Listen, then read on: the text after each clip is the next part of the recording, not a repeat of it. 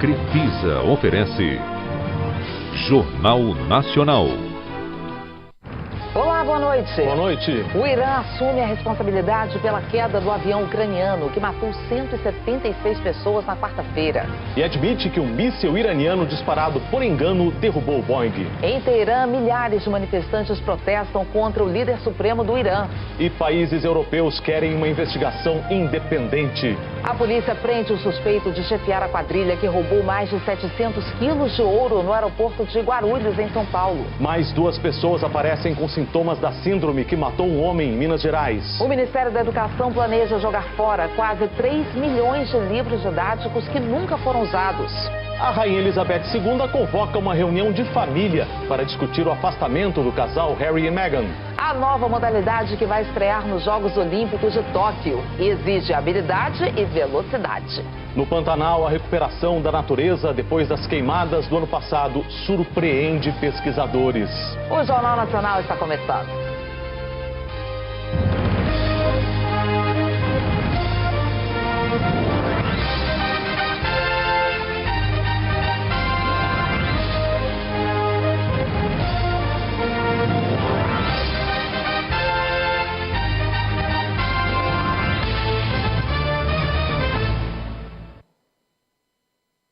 O governo do Irã admitiu que a Guarda Revolucionária abateu por engano o Boeing 737-800 da companhia aérea ucraniana. O presidente iraniano Hassan Rouhani classificou o fato como um erro imperdoável. Milhares de manifestantes saíram às ruas de Teherã neste sábado pedindo a renúncia do líder supremo do país. Os manifestantes cobravam respostas do governo sobre a queda do avião. Repetiam gritos de revolta pelo erro que matou 176 pessoas, a maioria do Irã e do Canadá. A multidão pedia a renúncia do líder supremo do país, o Ayatollah Ali Khamenei. O comandante das Forças Aeroespaciais da Guarda Revolucionária, Ali Hajizadeh, disse que o operador do sistema de defesa confundiu o Boeing 737-800 com um míssil inimigo e afirmou que o avião ucraniano voava perto de uma área militar, em baixa altitude, e que por isso acabou abatido por um míssil de curto alcance. O comandante admitiu que ficou sabendo dos fatos no mesmo dia da tragédia. O presidente da companhia aérea negou que o avião tenha mudado a rota prevista e disse que ninguém foi informado sobre os riscos na decolagem. Um dos questionamentos é por que o governo iraniano permitiu que o aeroporto continuasse funcionando no momento crítico. 4 horas antes, o Irã tinha atacado 2 bases militares no Iraque, ocupadas pelos Estados Unidos. Foi uma resposta ao assassinato do general iraniano Qassem Soleimani, numa ação americana em território do Iraque. De acordo com os registros de um site de rastreamento de voos, nas horas seguintes aos bombardeios, 19 aviões decolaram do aeroporto internacional de Teherã. Entre eles, o Boeing da empresa ucraniana que foi abatido. Vários vídeos registraram o momento em que o míssil atingiu a aeronave. O líder supremo do Irã, Ayatollah Ali Khamenei, expressou condolências às famílias das vítimas e pediu às Forças Armadas para levantarem as possíveis falhas e os culpados pela queda do avião. O ministro das Relações Exteriores do Irã, Mohammad Zarif, lamentou a tragédia, mas criticou os Estados Unidos ao dizer que foi um erro humano em tempos de crise causada pelas aventuras dos americanos. No início da noite, o presidente Donald Trump postou uma mensagem em rede social, dizendo que o Irã deve permitir que grupos de direitos humanos monitorem os protestos no país.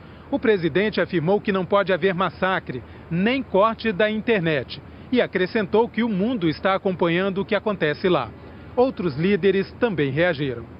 O presidente da Ucrânia, Volodymyr Zelensky, disse que o fato de o Irã ter assumido a responsabilidade pelo incidente significa um passo na direção certa, mas que ainda assim os responsáveis devem ser punidos.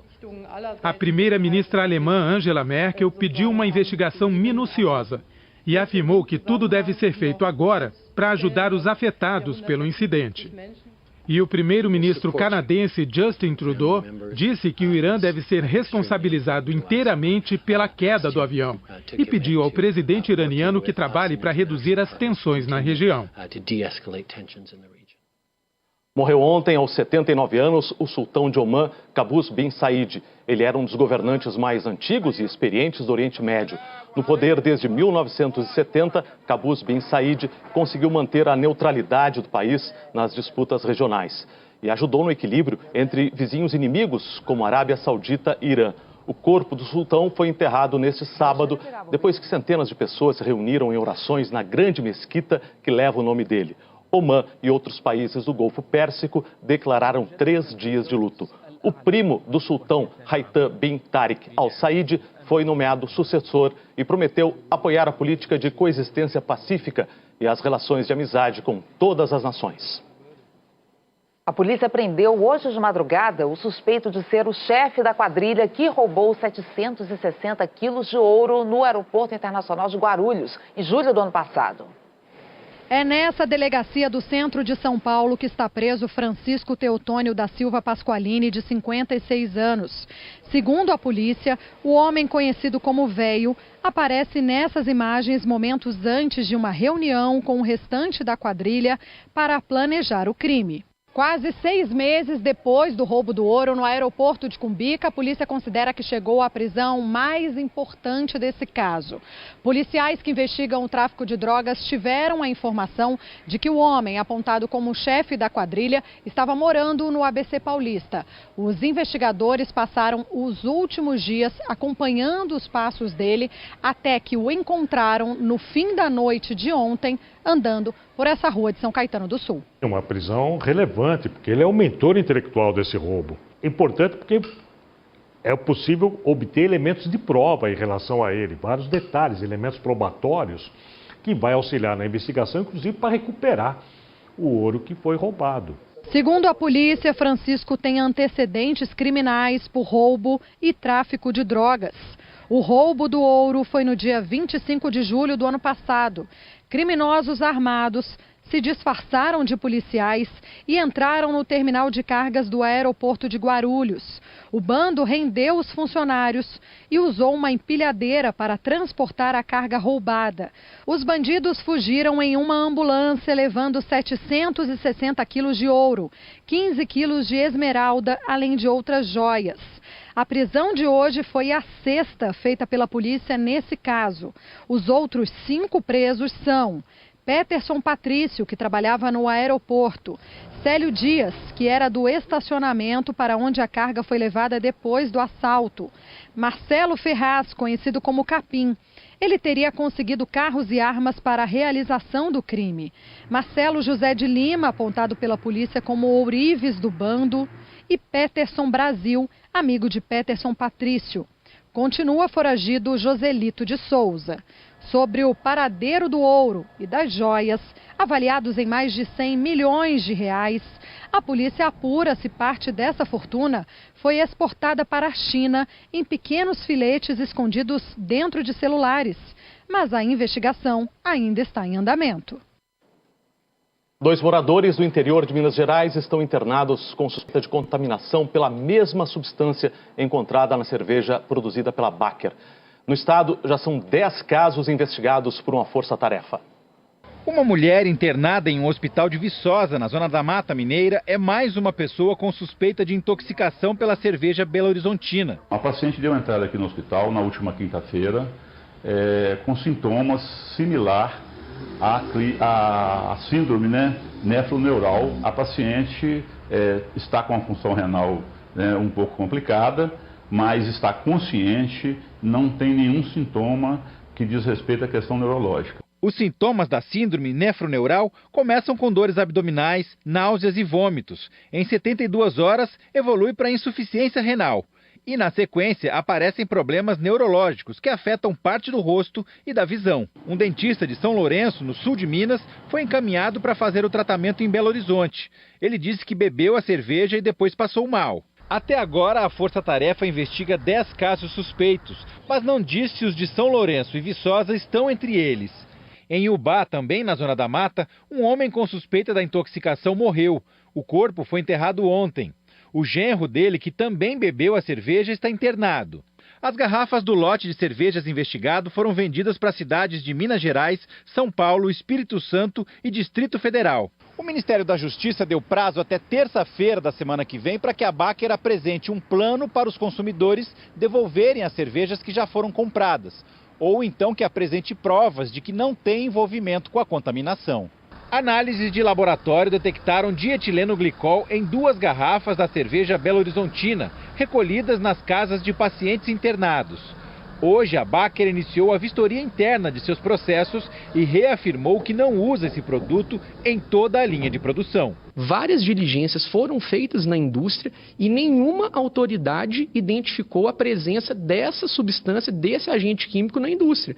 Então, não é possível confirmar que eventual intoxicação ou contaminação ocorreu na indústria. Os passos da investigação são determinados pelas etapas esgotadas.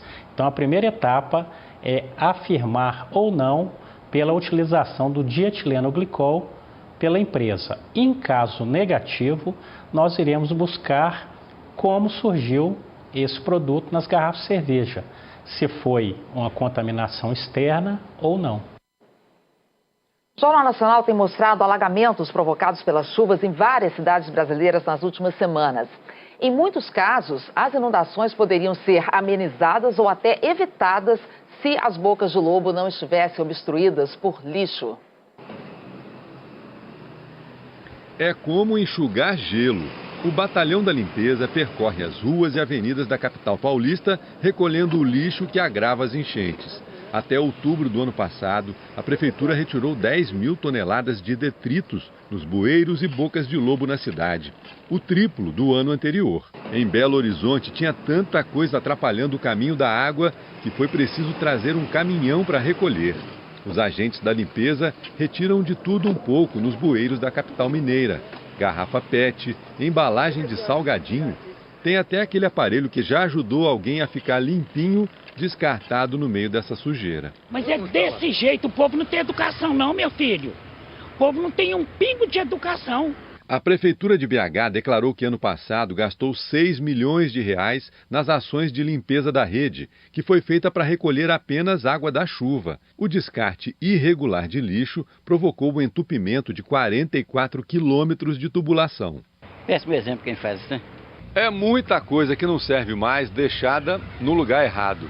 Aqui, o que a enxurrada tiver força para deslocar, vai parar dentro desse bueiro, que vai deixar de fazer a função dele e prejudicar até quem não tem nada a ver com essa sujeirada. As águas tomam conta da rua, as águas tomam conta das avenidas, a gente não vê? Então a gente tem que ter noção nisso. Falta de alerta não é. A cidade vem enfrentando problemas sérios de enchentes nos últimos anos e as chuvas fortes viraram marca registrada desse verão na Grande BH. A mesma intolerância que nós temos hoje com alguém que fuma perto da gente, a gente tem que ter essa intolerância com alguém que descarta lixo de forma irregular. Cada um precisa fazer a sua parte, porque é todo mundo que paga essa conta. Acaba que um problema é nosso porque a gente mesmo causa ele. Só pra gente ter mais consciência, né? Jogar lixo no lixo, chamar uma caçamba e tirar aquilo, pra quando chover não acontecer problemas piores. Hora da previsão do tempo. Olha, foi difícil andar 2 ou 3 quadras aqui no Rio por causa do calorão. Eliana Marques, boa noite. Olha, eu bem tentei dar uma caminhada hoje, mas sofri. Qual foi a máxima oficial aqui no Rio? Boa noite para você, Kovalik, para a Ana e para todos. Olha, a temperatura chegou pertinho dos 40 graus, mas a sensação aí no Rio foi de 55 graus. Então, o termômetro do Alerta Rio marcou lá em Santa Cruz, na Zona Oeste, 39,7 graus. Na hora, a umidade do ar era mais de 51%. E quando está assim, na pele, a sensação é de mais calor. Por que isso acontece? Funciona assim, olha, a temperatura do nosso corpo é de aproximadamente 37 graus. Quando está quente, a nossa temperatura sobe. E o mecanismo que o corpo tem para se refrescar é a transpiração. Se o ambiente está úmido, representado aqui pelas bolinhas azuis, não tem como liberar o suor. Aí o nosso corpo continua mais quente que o normal, dando a sensação de mais calor do que o registrado no termômetro. Agora, nos próximos dias, o Rio não fica tão quente. O que vai predominar serão os temporais. Amanhã ainda é uma chuva em forma de pancadas isoladas, mal distribuídas. Mas na segunda-feira, a tendência é de bastante chuva e o dia todo todo, também por todo o estado do Rio. Falando agora da Grande São Paulo, a região deve ser a mais atingida pelas tempestades nesse domingo. Tem possibilidade de chover já de manhã, mas vai ser entre a tarde e a noite que a chuva vai engrossar e com potencial para avançar pela madrugada de segunda-feira. Outras áreas que também têm risco de temporal são essas aqui, olha, uma frente fria vai chegar e reforçar as instabilidades no sul do estado do Rio e de Minas, previsão de temporal também no norte do Paraná, em parte de Mato Grosso do Sul, no noroeste de Mato Grosso, em Rondônia e aqui pelo sul da Amazônia. E aí, entre o norte do Tocantins e até parte aqui do Pará, essas regiões estão no caminho da chuvarada por causa da zona de convergência intertropical. Tem possibilidade de chover muito, inclusive em Belém, Porto Velho e também Campo Grande, Kovalik. Eliana, e onde tem sol e onde tem chuva? Bom, vamos lá, vamos falar das áreas de sol o dia todo, porque a chuva, olha, mapa verde significa que pode se espalhar aí por grande parte do Brasil. Agora, quem fica com sol o dia todo? Grande parte aqui do Rio Grande do Sul, o extremo norte do Brasil e essa outra área em amarelo que vai do Rio Grande do Norte até o extremo norte do estado do Rio de Janeiro. E nessas áreas aí, com sol o dia todo, vai fazer muito calor também, olha, em Vitória máxima de 36 graus, em Porto Alegre 34, em Belo Horizonte, no Recife, 33 graus e em Natal, 31, sem chuva, para ajudar a refrescar aí nesses locais, Kovalik. Obrigado, Eliana. Estávamos falando aí para você também, Eliana, estávamos falando de meteorologia, pois no Ceará, alguns agricultores fazem a previsão do tempo de uma forma diferente. Eles observam sinais da natureza com a esperança de que os próximos meses sejam chuvosos. Onde a gente vê uma árvore florida, seu Erismar enxerga um sinal. Quando for uma flora, é difícil de ter um bom inverno. Meteorologia no sertão é questão de sobrevivência. É o que determina a hora de plantar e a quantidade de água nos açudes. Eles dependem exclusivamente da chuva. Por isso o sertanejo aprende desde cedo a traduzir os sinais da natureza em previsão do tempo. Uma vez por ano, os profetas da chuva se reúnem para o diagnóstico tão esperado. Sempre em janeiro, mês que antecede a época que os cearenses chamam de inverno, o período chuvoso, que vai de fevereiro a maio. Ele é um inverno abundante, grande e longo. Nós vamos ficar de média para cima. Seca não, de jeito nenhum. O otimismo deste ano é um alento num estado onde quase metade dos reservatórios monitorados está com volume abaixo de 10% da capacidade. E o lugar escolhido pelas aves para fazer os ninhos está animando seu José. Quando vai ser muito aguaceiro, ela procura um lugar mais alto. Por quê? Porque é sinal que a água vai subir. Se ela deixar ali, sabe que não vai ter perigo da água cobrir os filhotes dela. Para um profeta como ele, o sol nunca se põe sem dar sinais de como serão os próximos dias. Se ele tivesse limpo, sem nenhuma nuvem, aí não tinha inverno. Mas como ele está bem fechado e alvo, aí dá para cantar a música. É um sinal, meu bem, que o inverno também chegou. Agricultor, meu bem, trabalha o chão. A Estação Brasileira na Antártica, destruída por um incêndio há 8 anos, vai ser reinaugurada na semana que vem. O repórter Vinícius Leal está na base para acompanhar a reinauguração. Boa noite, Vinícius.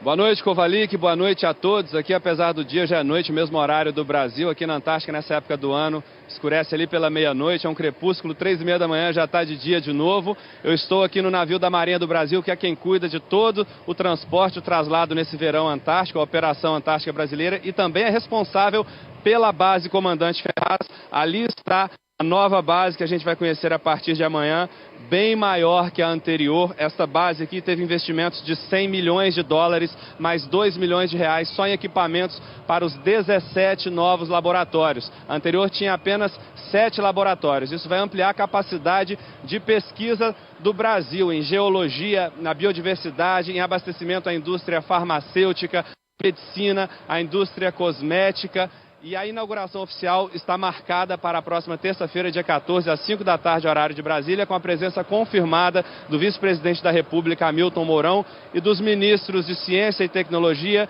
Defesa e Infraestrutura. O Jornal Nacional vai acompanhar toda essa inauguração direto da Antártica. Eu volto com vocês, Kovalik e Ana Paula. Obrigado, Vinícius. E a seguir, o Ministério da Educação planeja descartar 3 milhões de livros didáticos que nunca chegaram a ser usados, mas ficaram desatualizados. E os planos do príncipe Harry e de Meghan Markle para depois do afastamento da família real britânica.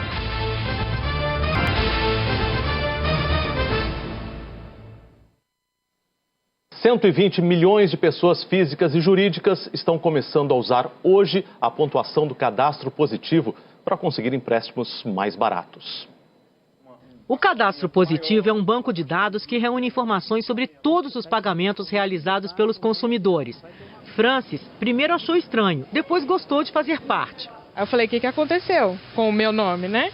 Aí eu procurei na internet o que era o cadastro positivo, aí eu fui e descobri o que era, e aí eu achei bem interessante a proposta, né, do que é o cadastro positivo. Para construir o cadastro positivo, as instituições financeiras, o comércio, as concessionárias de serviços de água, luz, telefone, por exemplo, coletam os dados das pessoas e das empresas e enviam para os chamados birôs de crédito, como SPC e Serasa. Esses birôs vão criar uma pontuação que vai poder ser consultada na hora que uma pessoa ou empresa for pedir um empréstimo ou fazer compra parcelada, por exemplo.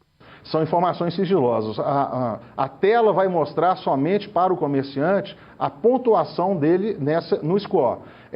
Detalhes da pontuação, por exemplo, cartão de crédito, eu comprei, gastei numa loja, gastei num restaurante, isso não vai aparecer. São informações que são tratadas dentro da lei de proteção de dados e dentro da lei também do Código de Defesa do Consumidor. As informações pessoais dos consumidores, como a idade e o sexo, por exemplo, também não vão estar nesse cadastro. A expectativa com o cadastro positivo é que pessoas e empresas consigam juros mais baixos e melhores condições de pagamento. A ideia é simples, se uma pessoa sempre pagou suas dívidas, a chance de calote é menor. O comércio e os bancos podem confiar mais no pagamento e cobrar menos pelo risco.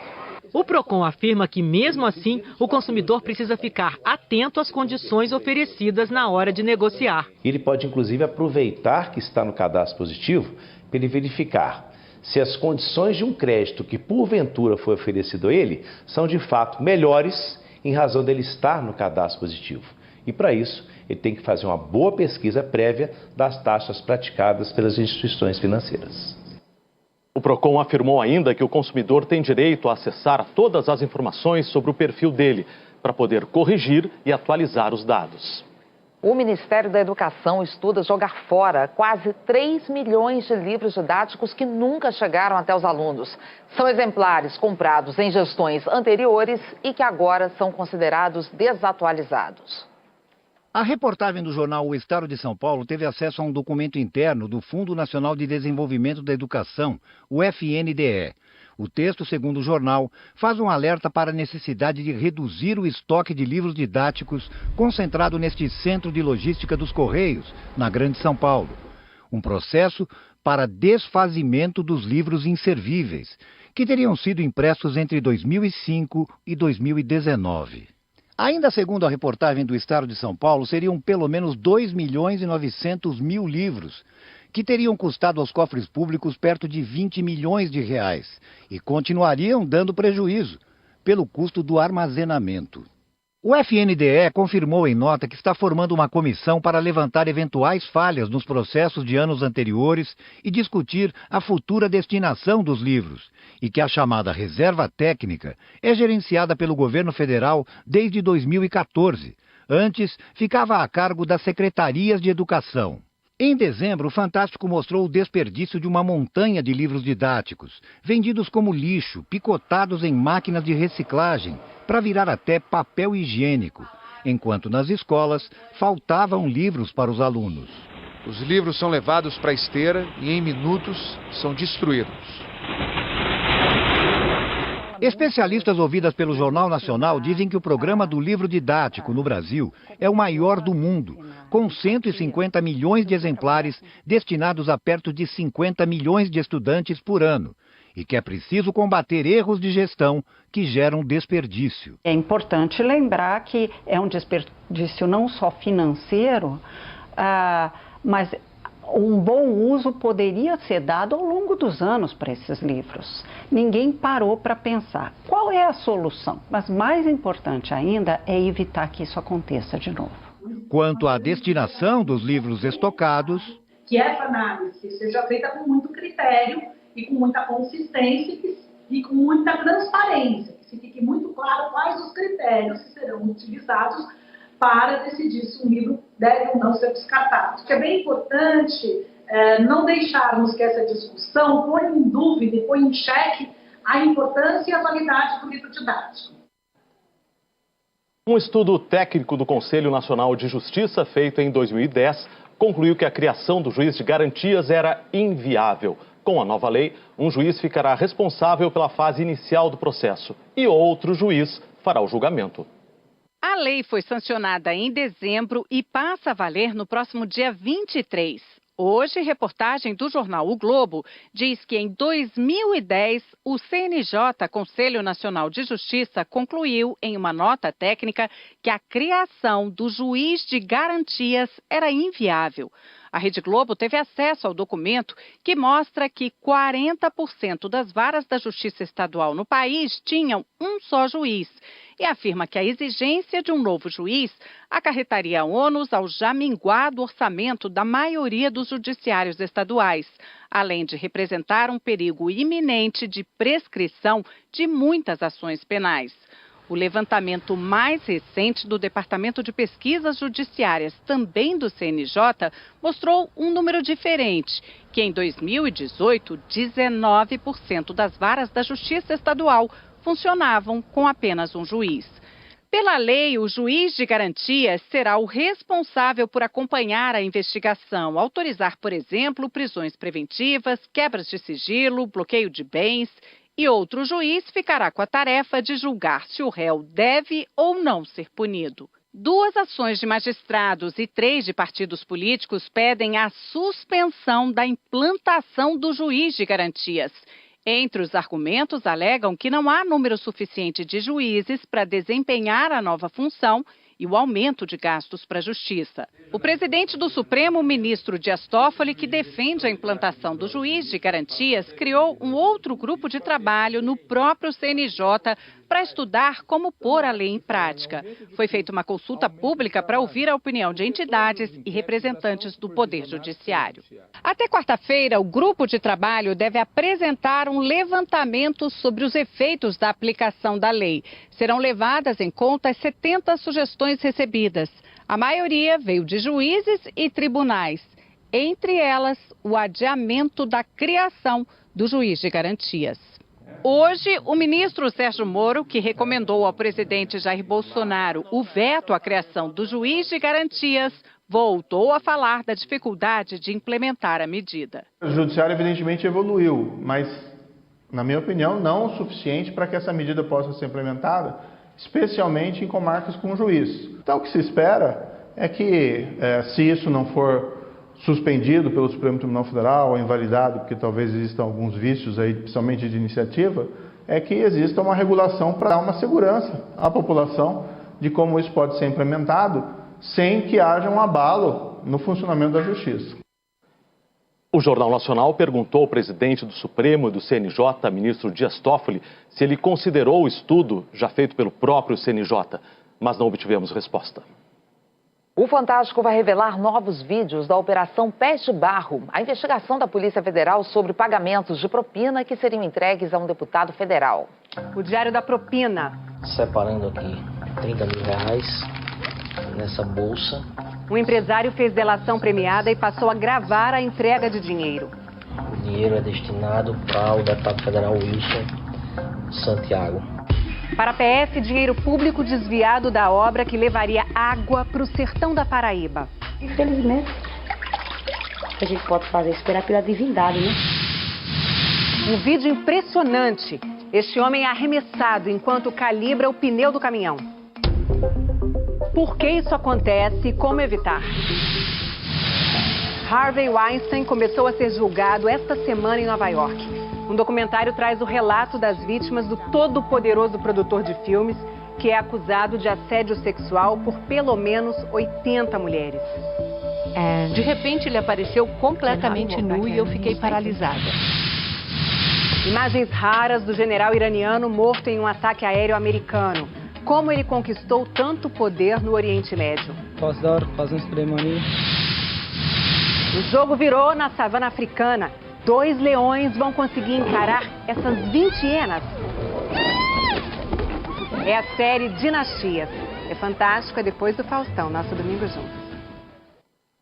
10 anos depois da morte da médica Zilda Arnes, o trabalho de combate à subnutrição que ela criou na Pastoral da Criança foi ampliado para tratar também os casos de obesidade infantil.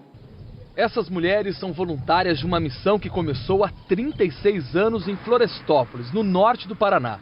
Foi quando a médica pediatra Zilda Arnes criou a Pastoral da Criança e começou a percorrer o Brasil ensinando a receita do soro caseiro usado contra a diarreia e a desnutrição. A Pastoral salvou a vida do filho da Cida. Hoje, ela é uma das 130 mil voluntárias do projeto. As crianças para ela é tudo, era tudo, tudo. E onde ela estiver agora, eu sei que ela está cuidando de criança. O trabalho rapidamente foi reconhecido em todo o mundo. E Zilda Arnes chegou a ser indicada 2 vezes ao Prêmio Nobel da Paz. A médica foi uma das 300 mil vítimas que morreram em um terremoto na cidade de Porto Príncipe, no Haiti, em janeiro de 2010. Mas a morte de Zilda Arnes não pôs fim à missão da Pastoral da Criança. As líderes continuam espalhadas pelas comunidades de todo o Brasil, fazendo a pesagem das crianças e também tirando a medida, a altura. E se no passado o problema era a desnutrição, hoje é a obesidade infantil que ameaça as crianças. Uma pesquisa feita pela Pastoral mostra que 11% das crianças entre 0 e 6 anos estão com sobrepeso ou obesas, enquanto 2,8% estão desnutridas. As ações que previnem a desnutrição são muito parecidas com as que previnem o sobrepeso e a obesidade. Os cuidados da mãe saber como é que alimenta a criança. Então, aquelas 4 perguntinhas básicas. Quando comer, onde comer, quanto comer e o que comer. Hoje a Pastoral atende quase 1 milhão de crianças em 3 mil cidades do Brasil e mais 8 países. Muitos voluntários vêm até Curitiba, na sede da instituição, para aprender as lições deixadas pela doutora Zilda Arnes, como essas cariocas que atendem as crianças no bairro Engenho Novo, na zona norte do Rio de Janeiro. É transformadora. Tanto para nós, líderes, como para quem a gente acompanha. E ela, para mim, foi uma grande mulher, uma grande lutadora. Ela não tinha medo de nada. 12 imigrantes morreram afogados quando o barco em que viajavam afundou perto da ilha de Pachos, no oeste da Grécia. A guarda costeira resgatou 21 pessoas. Segundo as autoridades, 50 estavam a bordo da embarcação. Helicópteros e navios foram usados nas buscas. Mais de 1 milhão de imigrantes chegaram à Grécia no auge da crise migratória na Europa em 2015 e 2016. A rainha do Reino Unido, Elizabeth II, convocou uma reunião de família para segunda-feira. É para tratar do afastamento do casal Harry e Meghan, segundo a imprensa britânica. Começa a surgir aí informações sobre como o duque e a duquesa de Sussex vão se sustentar. A decisão deles gerou comentários do presidente dos Estados Unidos. Até Donald Trump se meteu. No meio da crise com o Irã, o presidente dos Estados Unidos, numa entrevista a uma TV americana, disse que a rainha Elizabeth II, de quem ele gosta muito, não deveria estar passando por essa situação. A decisão de Harry e Meghan de se afastar dos cargos de integrantes da família real virou assunto de Estado. A rainha, que teria ficado magoada com o anúncio, quer resolver tudo em questão de dias.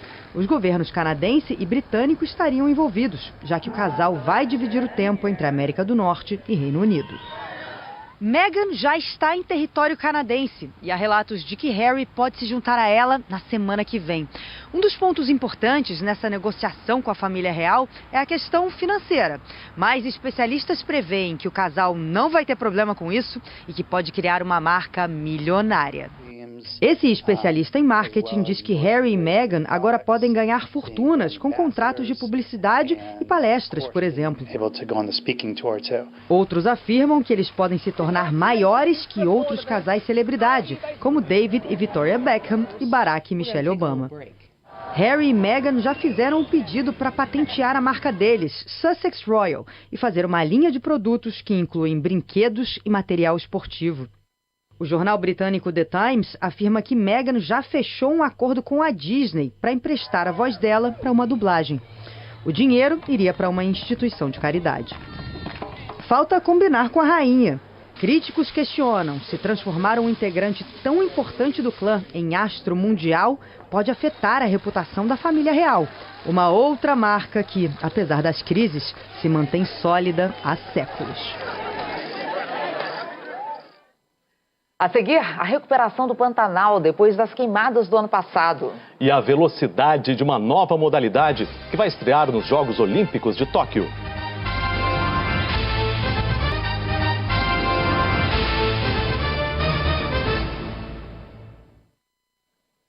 A escalada de velocidade é o evento de amanhã, no Verão Espetacular, dentro do Esporte Espetacular. A modalidade estreia este ano nos Jogos Olímpicos de Tóquio e impressiona por exigir rapidez e habilidade.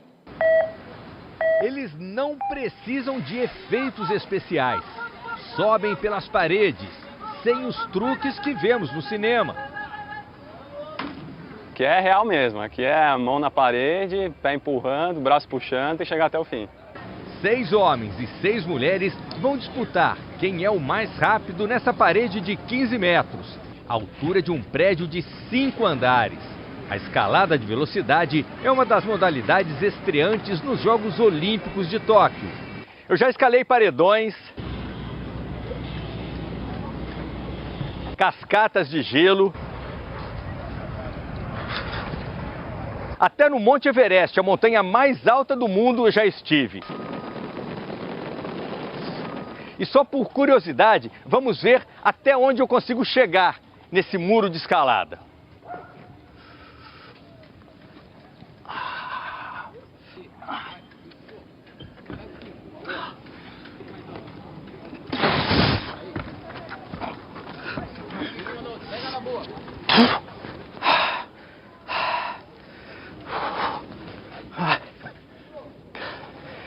Sem falar que as agarras estão pelando, está muito quente.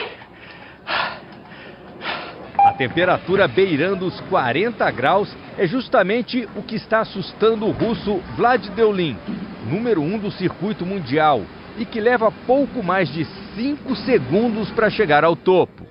Pode ser uma pequena ajuda, a gente chega no contra-ataque contra os russos, eles não estão tão acostumados quanto a gente a esse calor.